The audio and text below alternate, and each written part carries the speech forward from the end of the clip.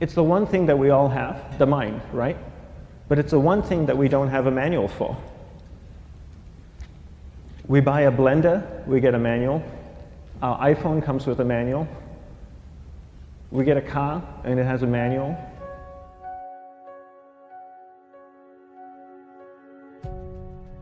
Nobody teaches you how to use the mind. There's no manual for the mind. So this, I think, is one of the most essential things in making progress in our life, is really understanding how our mind works. It's the one thing that we have to live with 24 hours a day, 7 days a week. We have no choice. Imagine if most of you slept 8 hours a day, which most of you don't.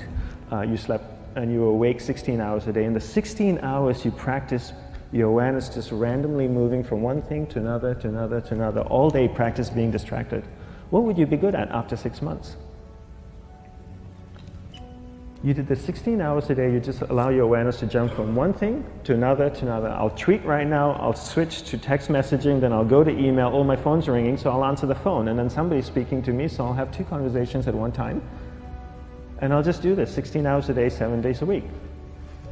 So you get it being good at distracted. After 1 year, you're an expert at being distracted. After a year and a half, they'll invite you to give keynote talks on being distracted. You're so good, you practice 16 hours a day. So the same works for the opposite. If you practice being concentrated 16 hours a day, what would you become good at? You become good at concentrating. And all it takes is practice.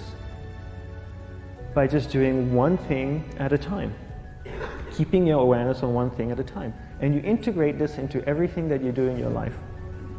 So the best way to do it is pick a few opportunities in your everyday life. For example, we all speak with people. When I speak with somebody, I give them my undivided attention. I keep my awareness on them, and the conversation is really brief. Why? Because we're concentrated. We're not being distracted. A 10-minute conversation normally just takes 3 minutes because you're just so focused. I define concentration as the ability to keep that awareness on one thing for a prolonged period of time. So if I can keep my awareness on Eric and not drift away and think about the wedding, or drift away and think about the vacation, or what I'm going to do later, then I'm concentrating on Eric. Every time it drifts away, I bring it back. And the more I practice this, the more I practice concentration. So concentration is the ability to keep your awareness on one thing for a prolonged period of time. And that's a very simple definition of concentration. How do you get better at concentration? You practice this. You practice this 24 hours a day, 7 days a week. And it's the only way to get good at it. And what's the best way to practice it? The best way to practice it is to integrate it into everything that you do in your life. Not to meditate 10 minutes in the morning. It doesn't work. You really need to look at your life the same way a sprinter in the Olympics looks at his life.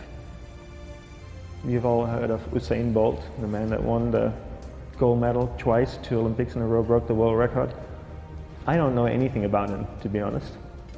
But if I was looked at him, he obviously sprints, he practices running, probably does a lot of long distance, he probably does a lot of stretching as well, I'm sure he gets massages. He looks like he eats the right kind of food. Drinks the right amount of water, takes vitamins. His whole day is so disciplined.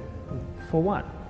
To prepare him for 9.57 seconds. I think that's what the world record is, right? For 100 meters, 9.5 or 9.57 seconds. His whole day is preparing him for that short time, not the other way around. A lot of people say, you know what, I need to be more concentrated. So you know what, I'm going to meditate in the morning, I'll sit down for 2 minutes. Okay, now I'm Zen master. And the remaining 23 hours and 58 minutes, they just go about being ordinary and crazy. How does that work? How would you change? It's not balanced at all. So if for 23 hours and 58 minutes you were not being concentrated, you allowed your awareness to jump from one thing in your mind to another thing, to another thing, to another thing, to another thing, in an uncontrolled way, what would you be good at? And out of a prolonged concentration comes the wonderful power of observation. You just become more observant, and when you become more observant, you see solutions quicker and you solve things quicker. And it's a wonderful, powerful feeling when somebody is concentrated on you and not being distracted. So the best way is to integrate it into your everyday life. You're speaking with your spouse, give her or give him your undivided attention.